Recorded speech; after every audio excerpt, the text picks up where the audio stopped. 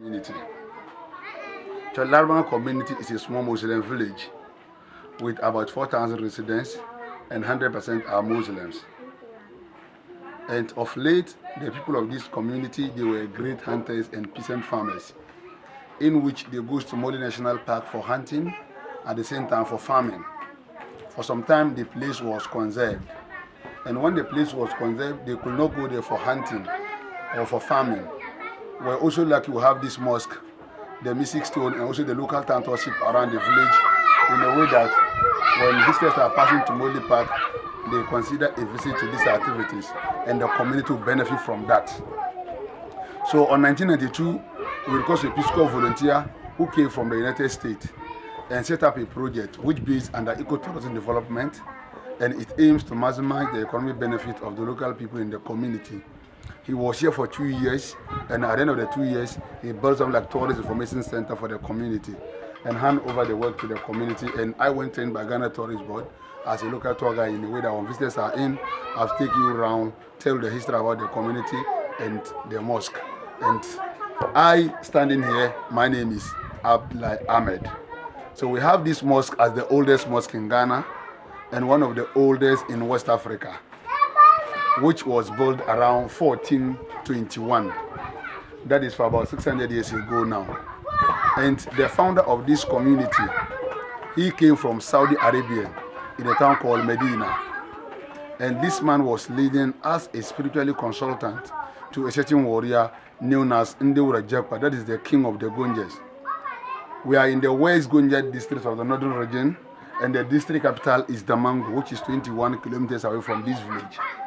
And this man was a great warrior who goes around to fight wars in order to get a very big land for his people to settle. So during the fall of the Mali Sangay Empire, this man migrated from a village in Mali called Mandi, going around fighting these wars until he fought to a village called Kango, that is the present Cote d'Ivoire, where he found it very difficult to keep the people there. So he was advised to go to Saudi Arabia to get someone who could lead him in spiritual powers. So he went to Saudi Arabia and met the founder of Larabanga community. Choose this man as the spiritual leader, lead him whenever he finds anything difficult. This man pray for him.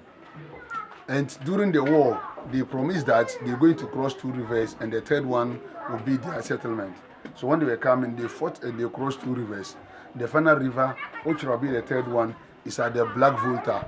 That is when you are coming from the south to the north.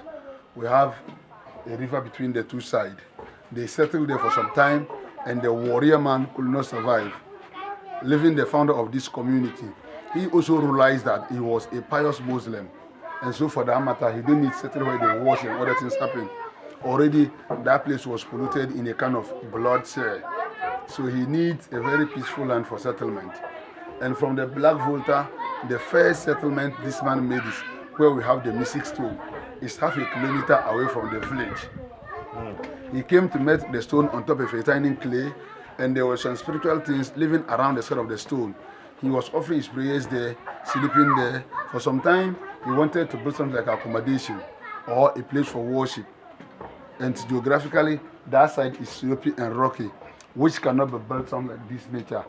So there, he decided that he's going to choose something like a spear in a spiritual form, by them promising the spear that wherever it will land, that is going to be a settlement of him. From the mystic stone, he threw the spear high into the sky. Then the next day, he traced up until he got to find the spear at where this present mosque is. And before the spear landed there, the foundation of the mosque was original there. And there was nothing to indicate or to show people have settled here before. In spiritual affairs, he got to know that is where God has assigned him to settle. So he has to continue the building. And on the process of building the mosque, he goes to the stone for specially and official prayers till the whole mosque was fully completed. It was used as accommodation, at the same time a place for farming and for worship. For some time when the generation was grown up, they decided coming out to build the local mad houses, leaving the mosque as an holy place. So at this juncture, the mosque used for 5 daily obligated prayers. But on Friday, the whole community will summon there, and the nearby village will come around to have their congregational prayers. We also have 4 main entrances in the mosque, and each entrance plays a single function. Like this is the west. we have the women entrance from here. At the left side is the north. We have the entrance of the muezzin, that is the one who called for prayers. At the front side is the east. We have the chief imam entrance, and at the right side is the south. We have the general entrance of the men from there. The mosque also built with mud, clay, and the wood you can see pointing in and out. And inside of the mosque also divided into two categories. The women at the back and then the men at the front. And then we also have a tree supporting the mosque, and that is baobab. Yeah, it is a baobab tree, which signifies where they buried the founder of the community. When he was old, he promised that any day, any time he died, he should be buried by the mosque. And when buried, there will be a kind of tree or plant germinate on the grave.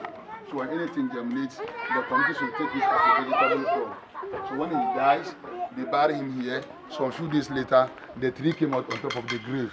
So in order to keep the spirit within the community, when the tree produces small leaves, we harvest the leaves, we dry them up. When the leaves are well dried, we share them among the head of clans to prepare a large number of souls. And everybody in this community will take the souls with the blessing of the founder of the community. So to this, I welcome you fully into the community once again. And if you are in Larabanga, please feel you are at home, you enjoy the place, and also welcome visitors to this community. We also try in developing on our activities like water and sanitation projects in the community, as well as educational infrastructures in the community. So when visitors are in, we have time to take you around, let you enjoy the place. At the end of the day, we have something like visitors comments book. You put up your comments about your visit, and if you make up your mind, you want to support the community in any kind, you are welcome, and it goes to the rights of the community, and each and every single person from the community will benefit from that. So once again, I welcome you to the community. Thank you.